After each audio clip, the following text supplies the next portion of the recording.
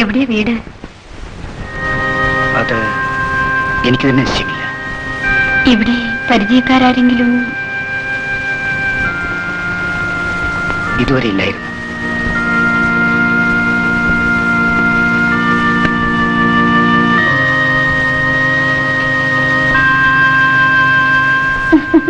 ഇതെന്താ, ഇടിക്കട്ടെയോ? ഇടിക്കട്ടെയല്ല, ഇതെന്റെ ജീവനാണ്.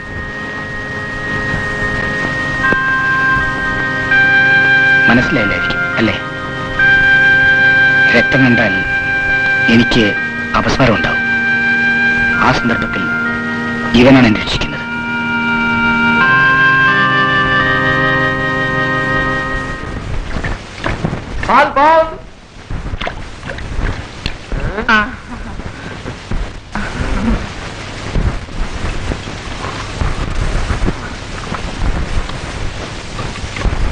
തന്റെ വീട്ടിൽ എരുമയുണ്ടോടോ?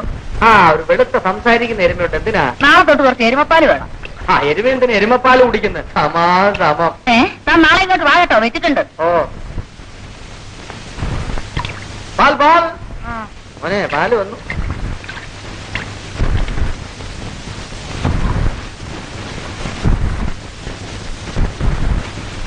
താൻ ഇന്നലെ തന്ന പാലിൽ ഒരു തവളക്കുഞ്ഞുണ്ടായിരുന്നു.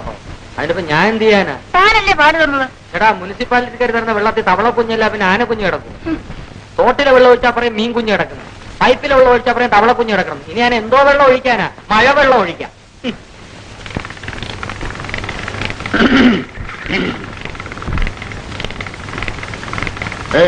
മാധവൻ ചേട്ടൻ വിളിക്കുന്നു.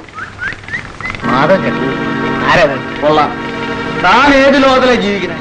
മാധവൻ ചേട്ടൻ അറിയാത്തവർ ഈ ഭൂമി മലയാളത്തിലില്ല. അദ്ദേഹം ആള് മഹാപെശക.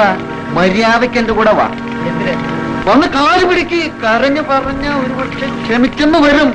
ആളിച്ച പ്രസാദ മക്കളുടെ ജോലി ചെയ്തില്ലേ മേസ്തിരി വഴക്ക് പറയും. എടോ, താൻ പോയി പറ ഇപ്പൊ വരുന്നില്ലെന്ന്.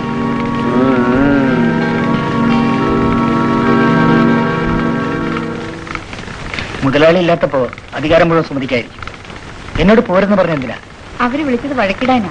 തനി ചട്ടമ്പികളാവന്മാര്. വാസു ഇവിടെ പുതിയ ആളല്ലേ, ആരും അറിയത്തുമില്ല.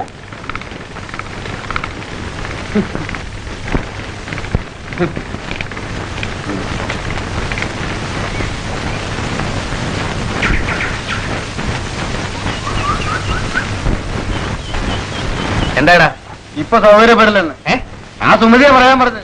ഞാൻ ആരാണെന്ന് പറഞ്ഞില്ലേ? പിന്നെ കുറച്ച് കൂട്ടിയും പറഞ്ഞു. എന്നിട്ട് പക്ഷെ അവനൊരു പുഴു പോലെ കരുതി.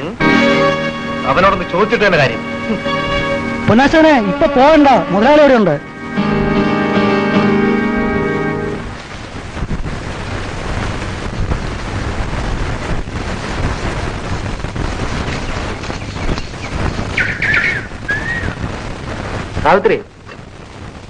സാവിത്രി,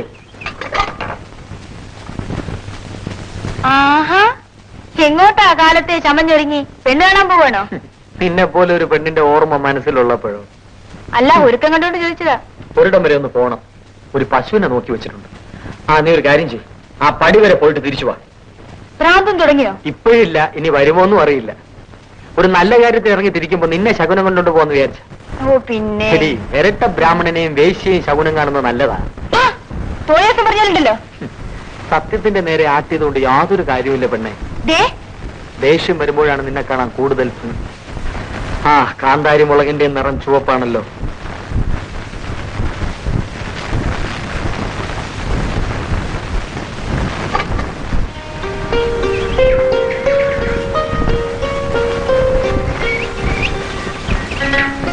ഉച്ച വിട്ടുമോളെ.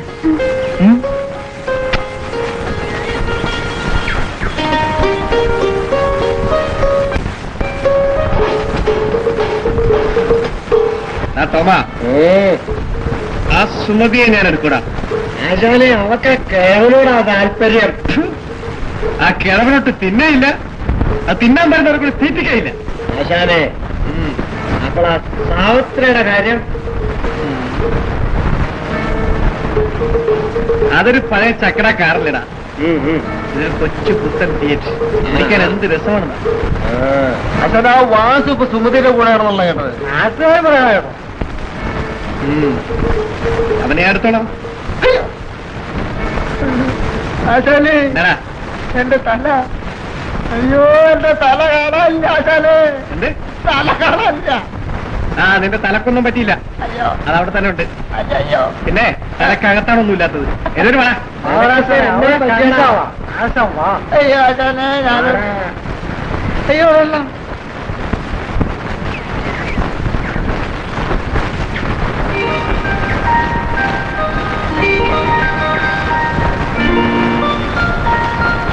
മോളെ,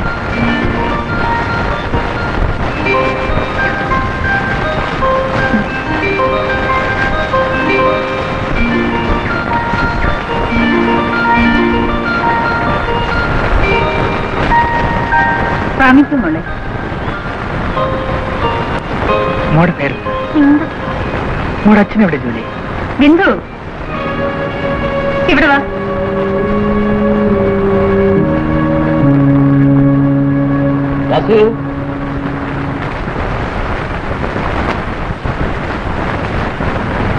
വാസു ജോലി ചെയ്താൽ ഇവിടെ ഉള്ളവരുടെ കുടുംബകാര്യം ഒന്നും അന്വേഷിക്കാം.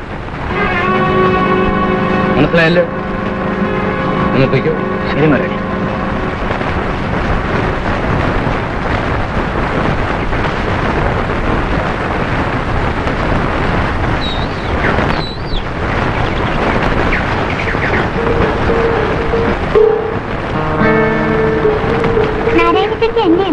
നാരായണ ചേച്ചിക്ക് സുഖമില്ല മോളെ, മരുന്ന് വാങ്ങിക്കാൻ പോയി.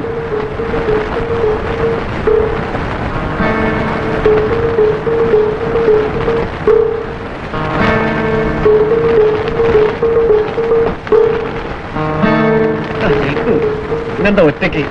കൂട്ടുകാരോടെ പോയി ചോദിച്ചു കേട്ടില്ലേ? ഓഹോ, വായ തുറന്ന മുത്ത് താഴെ പോയിരിക്കും. നോക്കി പിടിപ്പിക്കണം.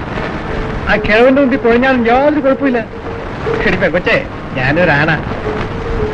ആ, ഇങ്ങനെ പോയാലോ? വഴിയിൽ മാറി നിൽക്കും.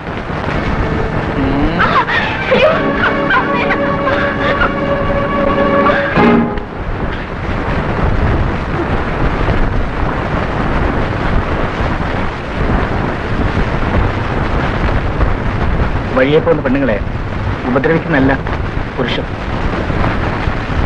ഇവിടെ നടക്കും.